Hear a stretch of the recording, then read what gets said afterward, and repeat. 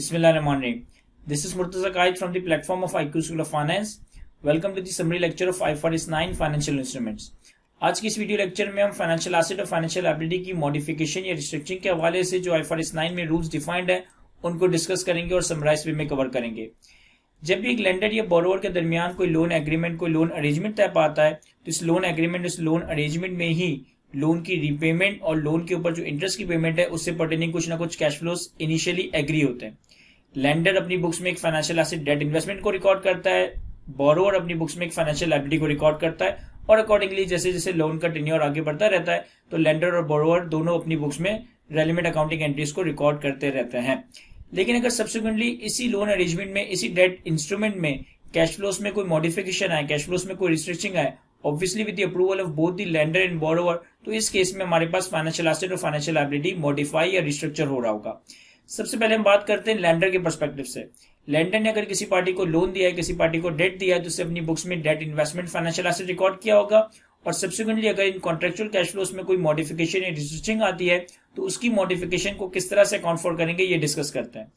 Lender ने करना यह है कि जो भी मॉडिफाइड या रिवाइज कैश फ्लोज हैं, जो भी मॉडिफाइड या रिवाइज कैश फ्लोज हैं, पहले तो इन मॉडिफाइड या रिवाइज कैश फ्लोज की डिस्काउंटिंग करनी है using the original effective interest rate of the debt investment. उसने इनिशियल रिकॉग्निशन के वक्त, डेट इन्वेस्टमेंट की इनिशियल रिकॉग्निशन के वक्त जो अमोर्टाइजेशन स्केड्यूल बनाया होगा, जो एक आईआरआर कैलकुलेट किया होगा, इसी ओरिजिनल आईआरआर से मॉडिफाइड या रिवाइज कैश फ्लोज की डिस्काउंटिंग करेगा और एक रिवाइज प्रेजेंट वैल्यू कैलकुलेट करेगा।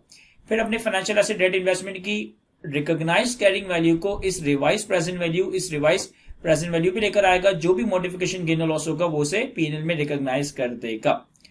अगर लेंडर ने कोई मॉडिफिकेशन फी पे की है या मॉडिफिकेशन फी रिसीव की है in consideration of the modification और restructuring of the financial asset, तो उस मॉडिफिकेशन फी या रिस्ट्रक्चरिंग फी को फाइनेंशियल एसेट डेट इन्वेस्टमेंट की ही कैरिंग वैल्यू के अगेंस्ट एडजस्ट किया जाएगा और मॉडिफिकेशन फी और ट्रांजैक्शन फी को एडजस्ट करने के नतीजे में चूंकि फाइनेंशियल एसेट की कैरिंग अमाउंट चेंज हो जाएगी तो अब एक नया आईआरआर कैलकुलेट किया जाएगा इस मॉडिफिकेशन फी को remaining financial asset debt investment पे अमोर्टाइज करने के लिए।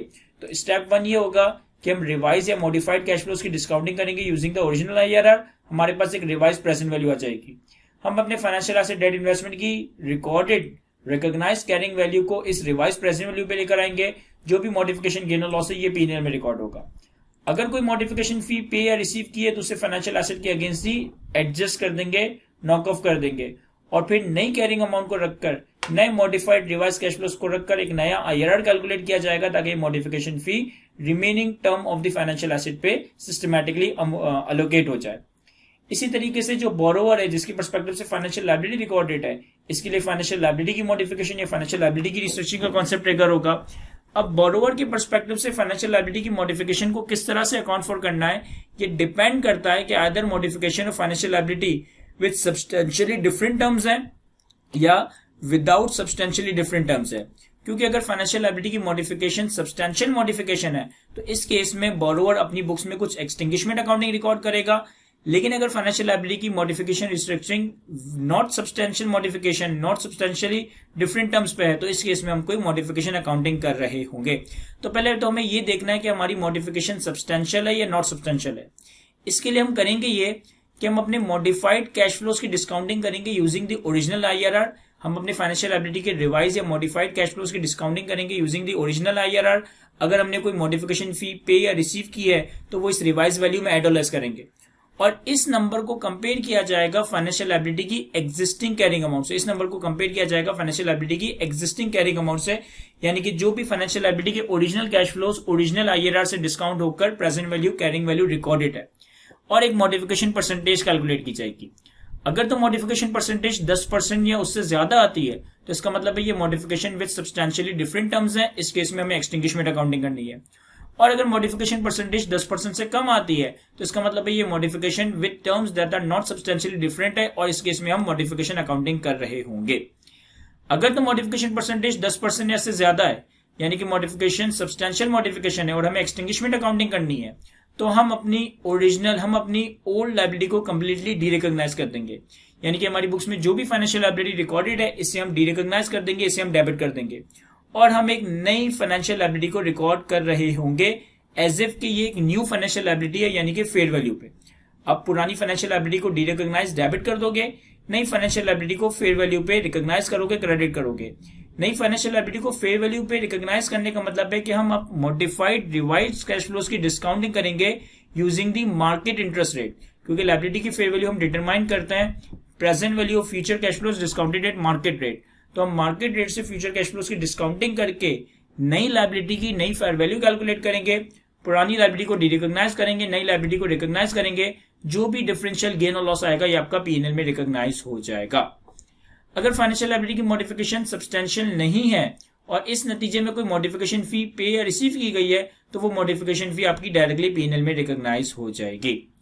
लेकिन अगर मॉडिफिकेशन परसेंटेज 10% से कम है, यानी कि मॉडिफिकेशन सब्सटेंशियल मॉडिफिकेशन नहीं है और इस केस में हमें मॉडिफिकेशन अकाउंटिंग करनी है, तो यहां हम अपनी पुरानी लायबिलिटी को डीरिकॉग्नाइज नहीं करेंगे, बल्कि करेंगे ये कि जो भी रिवाइज या मॉडिफाइड न्यू कैश फ्लोज हैं उन रिवाइज या मॉडिफाइड कैश फ्लोज की डिस्काउंटिंग करेंगे using the original effective interest rate, using the original IRR of the financial liability.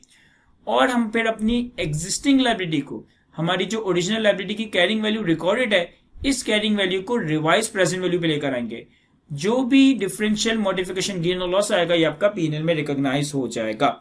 Modification accounting में मोर और लेस मैं वही काम कर रहा हूं जो मैं फाइनेंशियल एसेट की मॉडिफिकेशन में करता हूं कि मैं रिवाइज कैश फ्लोज की डिस्काउंटिंग करूंगा यूजिंग द ओरिजिनल आईआरआर, एक रिवाइज प्रेजेंट वैल्यू कैलकुलेट कर लूंगा, अपनी ऑलरेडी रिकॉग्नाइज फाइनेंशियल लायबिलिटी की कैरिंग वैल्यू को इस रिवाइज प्रेजेंट वैल्यू पे लेकर आऊंगा, जो भी मॉडिफिकेशन गेन और लॉस होगा वो पीएनएल में रिकॉग्नाइज हो जाएगा। इन केस की अगर हमने कोई मॉडिफिकेशन फी पे या रिसीव की है तो मॉडिफिकेशन फी को हम इस रिवाइज वैल्यू में ऐड या लेस कर देंगे और फिर एक नया आईआरआर कैलकुलेट करेंगे इस मॉडिफिकेशन फी को remaining term of the financial liability में सिस्टमैटिकली अलोकेट करने के लिए। यानी कि स्टेप 1 ये होगा कि पहले मॉडिफाइड या रिवाइज कैश फ्लोज की डिस्काउंटिंग की जाएगी ओरिजिनल आईआरआर से एक रिवाइज प्रेजेंट वैल्यू कैलकुलेट करने के लिए। फिर एग्जिस्टिंग लायबिलिटी को इस रिवाइज प्रेजेंट वैल्यू पे लेकर आ रहे होंगे, जो भी मॉडिफिकेशन गेन लॉस होगा वो पीएनएल में रिकॉर्ड हो जाएगा। और फिर जो मॉडिफिकेशन फी पे या रिसीव कर रहे हैं उसे फाइनेंशियल लायबिलिटी से एडजस्ट कर देंगे, और चूंकि इस एडजस्टमेंट के बाद फाइनेंशियल लायबिलिटी की कैरिंग वैल्यू चेंज हो जाएगी तो हमें एक नया आईआरआर कैलकुलेट करना होगा इस मॉडिफिकेशन फी को remaining term of the financial liability पे सिस्टमैटिकली अलोकेट करने के लिए। तो ये हमारे पास एक छोटा सा कॉन्सेप्ट था फाइनेंशियल एसेट और फाइनेंशियल लायबिलिटी की मॉडिफिकेशन के हवाले से। आज के लेक्चर को यहीं तक रखते हैं। थैंक यू, अल्लाह हाफिज़।